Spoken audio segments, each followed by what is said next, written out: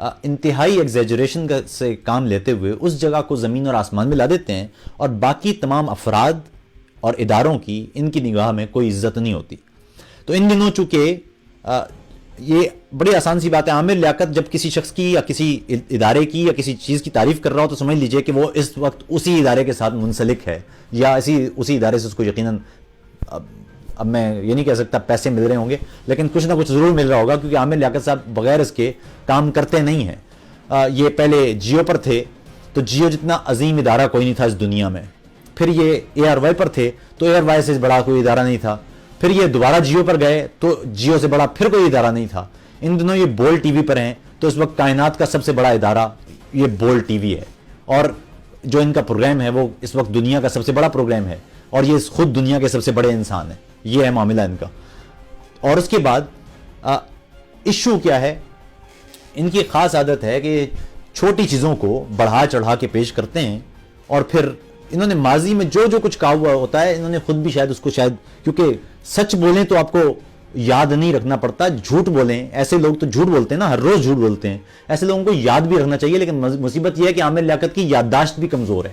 انہوں نے جہاں جو بات کی ہے وہ 5 مہینے بعد 3 مہینے بعد اس کا الٹ بات انہوں نے خود ہی کر دی ہے. اس لیے, اور وہ اتنے کلپس ہیں, میں اتنا وقت نہیں ہے کہ میں ان کے کلپس لاتا رہوں, لیکن صرف کہنے کا مقصد یہ تھا, یہ ساری گفتگو کا مقصد. ان دنوں یہ اپنے پروگرام پر ہیں اور اس پروگرام میں نفرت انگیزی, افراد کو, تنظیموں کو, انسانی حقوق کے کارکنوں کو براہ راست نام لے کر کبھی یہ ان کی حب الوطنی پر شک کرتے ہیں, کبھی ان کو ان کے مذہب پر اور ان کے ایمان پر شک کرتے ہیں. پاکستان میں ہم جانتے ہیں کہ ایمان کا معاملہ حساس ہے. لوگ اس معاملے میں جذباتی ہو کر قانون ہاتھ میں لے لیتے ہیں, اور حالت یہ ہے کہ ایسے لوگ جن کو چاہیے کہ معاشرے میں موجود دراڑوں کو ختم کریں, فرقوں کی دراڑیں پڑ گئی ہیں ہمارے اندر, زبان کی, رنگ کی, صوبوں کی, جانے کون سی دراڑیں ہیں, اور ایسے موقع پر جو افراد جن کے دیکھنے والے, جن سے محبت کرنے والے لوگ ہوتے ہیں, ان کی ذمہ داری یہ ہوتی ہے کہ وہ ان خلیجوں کو پاٹیں, ان دراڑوں کو کم کریں, لوگوں کو قریب لائیں, اور اختلافات ہیں تو دلائل سے بات کریں, نہ یہ کہ یہ فتوے جاری کریں, نہ یہ کہ حب الوطنی کے ٹیکس جاری کریں یا اسناد جاری کریں جس سے دوسروں کی زندگیاں خطرے میں آ جائیں. اور یہ سوچنے کے لیے ظاہر ہے بنیادی طور پر علم کی ضرورت ہوتی ہے, اور ڈگریوں کی حالت آپ کے سامنے ہے, اس لیے اس پر کیا بات کی جا سکتی ہے یہ آپ خود سوال ہے آپ ہی کے لیے. بات یہ ہے کہ سارا معاملہ جنوری کے شروع میں چند بلاگرز کے اغوا کی صورت میں شروع ہوا. ہمارا اور جتنے بھی انسانی حقوق کے لیے کام کرنے والے لوگ ہیں ان کا موقف بڑا سادہ سا تھا. وہ یہ کہ کوئی بھی شخص جو پاکستانی شہری ہے اسے کسی بھی صورت بغیر پرچے کے اٹھائیے مت. نہ وہ ریاست اس کو اٹھائے, نہ وہ دیگر کوئی ادارہ اٹھائے, اور نہ ہی اگر کوئی اور غیر ریاستی عناصر یا دہشت گرد اٹھائیں تو ان پر پردہ ڈالنے کی کوشش کیجیے, بلکہ کھل کے مذمت کیجیے. مذمت ضروری ہے اس لیے کہ اگر کوئی شخص بغیر قانون کے اٹھ جائے گا تو اس کا نقصان یہ ہوگا کہ پھر پاکستان کا کوئی بھی شہری محفوظ نہیں رہے گا. انسانی معاشروں میں قانون اس لیے بنائے جاتے ہیں کہ وہاں پر انسانوں کو تحفظ کی ضمانت دی جاتی ہے. پاکستان میں دستور تمام پاکستانیوں کے تحفظ کی ضمانت فراہم کرتا ہے. جب بھی کوئی ادارہ یا کوئی شخص یا کوئی تنظیم اس قانون کو, اس دستور کو پامال کرے گی وہ پاکستان کی اور ریاست کی دشمن ہے. چاہے طالبان ہو یا چاہے ISI ہو, جو بھی پاکستان کا دستور ہے اسے توڑتا ہے وہ پاکستان کا مخلص نہیں ہو سکتا. پاکستان کی ریاست پاکستان کے دستور کے بنا پر قائم ہے. پاکستان کے صوبے پاکستان کے دستور کی وجہ سے جڑے ہوئے ہیں. جو بھی ریاست اپنے دستور کی حفاظت نہیں کرتی وہ ریاست قائم نہیں رہ سکتی. اور دستور سب کے لیے برابر ہوتا ہے. دستور میں کوئی بھی شخص, وہ وزیر اعظم ہو یا کوئی عام شہری, وہ برابر ہے. یہی وجہ ہے کہ دستور ایک مقدس, کسی ریاست کی مقدس دستاویز ہوتی ہے, کیونکہ اس ریاست کے تمام عوام اس دستور کو مانتے ہیں. دستور کیونکہ ہر روز تو پاس نہیں ہوتے. پاکستان کا دستور مدتوں پہلے بن گیا اور اس بیچ میں آمریت کی وجہ سے وہ کئی دفعہ معطل رہا, اور اب جمہوریت کی وجہ سے رفتہ رفتہ وہ بحال ہوا ہے. اور اب بھی اگر جمہوریت کے اندر بھی ریاست کے اندر ریاست بن جائے, اداروں کے اندر جو ادارے ہیں وہ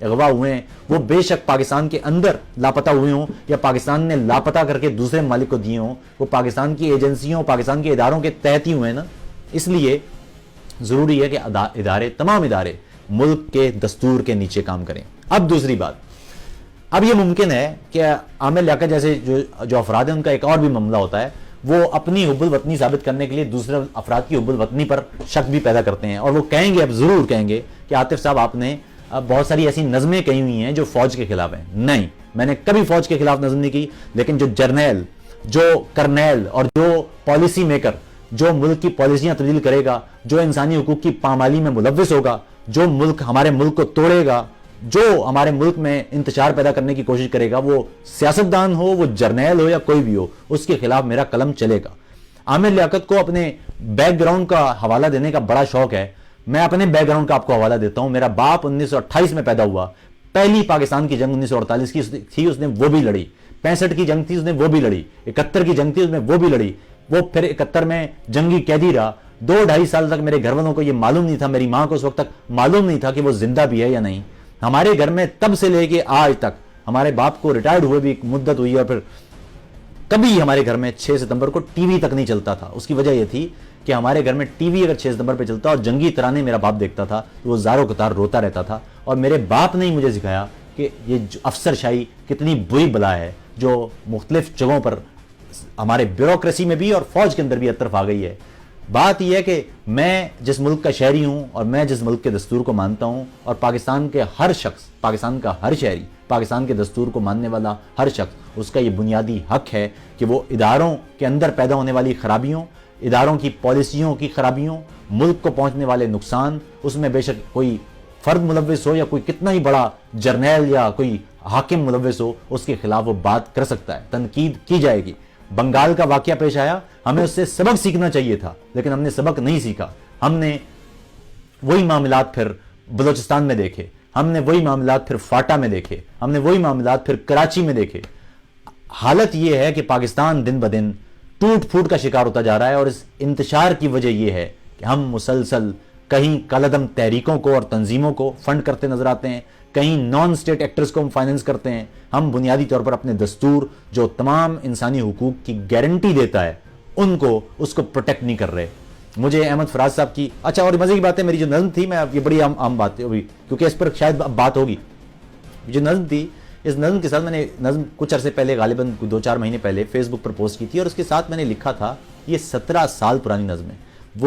وہ جو تھی شکریہ غاصبو شکریہ فوجیو، یہ 17 سال پرانی نظم تھی. اور یہ نظم میں نے تب لکھی تھی جب مشرف کا مارشل لا لگا تھا، جب ایک جمہوری حکومت گرائی گئی تھی اور مشرف نے مارشل لا لگایا تھا. یہ تب لکھی گئی تھی، اور میں اسے کہہ رہا تھا کہ کاش ہمارے ملک کے حالات بدل جائیں کہ ہماری نظمیں پرانی ہو جائیں.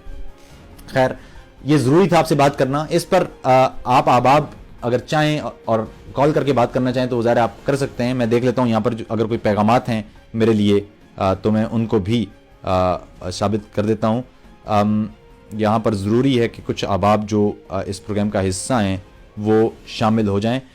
جتنے بھی احباب ہیں، جہاں تک یہ آواز پہنچ رہی ہے، تمام کے تمام لوگ جن کے پاس پیجز ہیں وہ پیجز پر، اور جن کے پاس انڈیویجول اکاؤنٹس ہیں وہ اپنے پروفائل پر اس پر یہ شیئر کر دیں.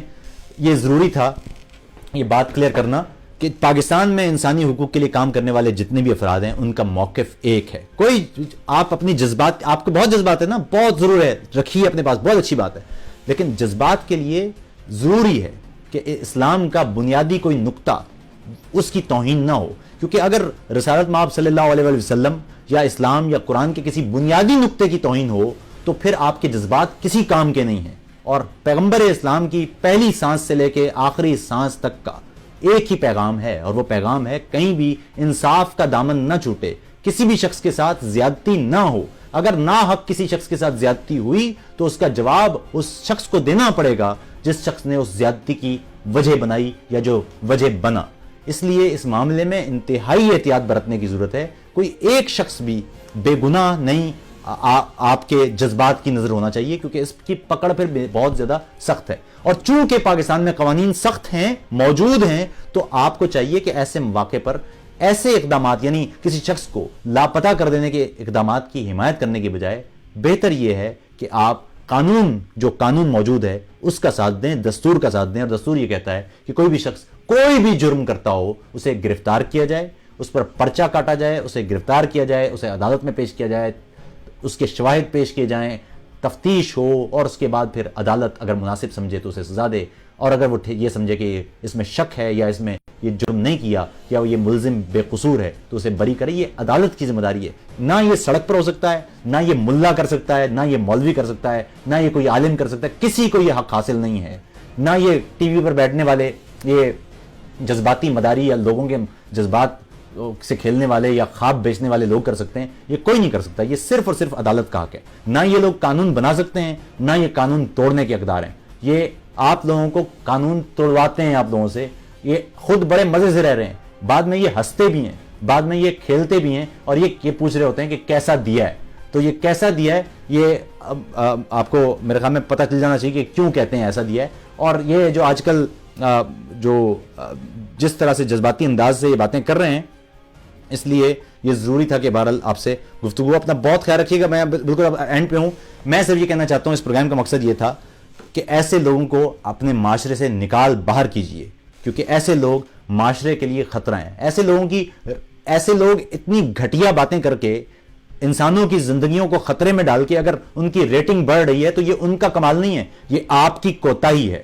ایسے لوگوں کو ریجیکٹ کر دیتے ہیں معاشرے, اچھے معاشرے. ایسے لوگوں کو توجہ نہیں دی جاتی. اور مجھے یہاں پر آ کے یہ پروگرام اپنے وقت اس لیے خرچ کرنا پڑا ہے کیونکہ بہت سے احباب ہیں, ان کی جانب سے مجھے یہ دکھ انگیز بات پتہ چلی کہ پاکستان میں درست بات کرنے والوں کو, انصاف اور قانون کی بالادستی کی بات کرنے والوں کی زندگیوں کو ایسے 2 نمبر اور چرب زبان لوگ ہیں ان کی وجہ سے خطرات لاحق ہو رہے ہیں.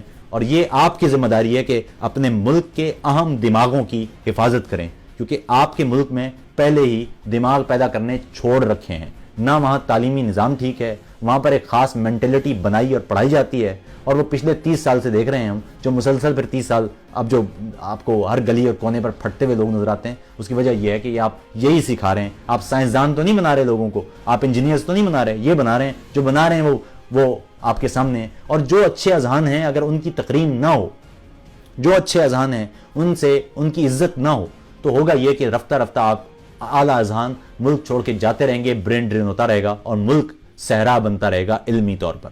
یہ ضروری ہے کہ اپنے علاقے, اپنے شہر اور اپنے ملک کے اعلیٰ علمی قابلیت رکھنے والے لوگوں کی عزت اور تکریم کیجیے. اپنا بہت خیال رکھیے. ایسے لوگوں کو ہمیشہ ریجیکٹ کیجیے, ایسے لوگوں کو ہمیشہ اپنے توجہ ان کے لیے مرکوز نہ رہنے دیجیے, اور ایسے لوگوں کی معذرت بھی کبھی قبول نہ کیجیے جن کی معذرت بھی 2 نمبر ہو, جھوٹی ہو, جو ایک دن کچھ کہتے ہوں دوسرے دن کچھ کہتے ہوں, جو یہ نہ بتاتے ہوں کہ معذرت اس بات پر کی تھی کہ آپ نے صحابہ کو گالیاں یا صحابہ کو برا بھلا کہا تھا, یا اس بات کی تھی کہ آپ نے بعد میں گنبد خضرا کو برا بھلا کہا تھا. آپ نے اس بات کی معذرت کی تھی کہ آپ نے رینجرز کی انگلیاں مروڑنے کی, پنجے مروڑنے کی بات کی تھی, یا آپ معذرت اس بات کی کر رہے ہیں کہ آپ نے آپریشن ضرب عضب کی حمایت کی تھی. آپ نے ایک طرف جنید جمشید کو گالیاں دے کر اور اس کے مذاق اڑا کر آپ نے اس کی معذرت کی تھی, یا جنید جمشید کے ساتھ بیٹھ کر پروگرامز کرنے کی معذرت کی تھی. آپ یہ بھی بتا دیا کریں کہ آپ نے کس چیز کی معذرت کی تھی. آپ نے اس بات کی معذرت کی تھی کہ آپ نے جھوٹی ڈگریاں بنائی ہیں, یا اس بات کی معذرت کی تھی کہ آپ ڈگریاں بنانے پر شرمندہ ہیں. آپ اپنی شرمندگی پر ندامت ظاہر کر رہے ہیں, یا آپ واقعی شرمندہ ہیں؟ قوم کو یہ بھی ضرور بتائیے گا. اس کے ساتھ ہی اپنا خیال رکھیے. پاکستان زندہ باد. ایسے نہیں چلے گا. عامر لیاقت, خدا حافظ.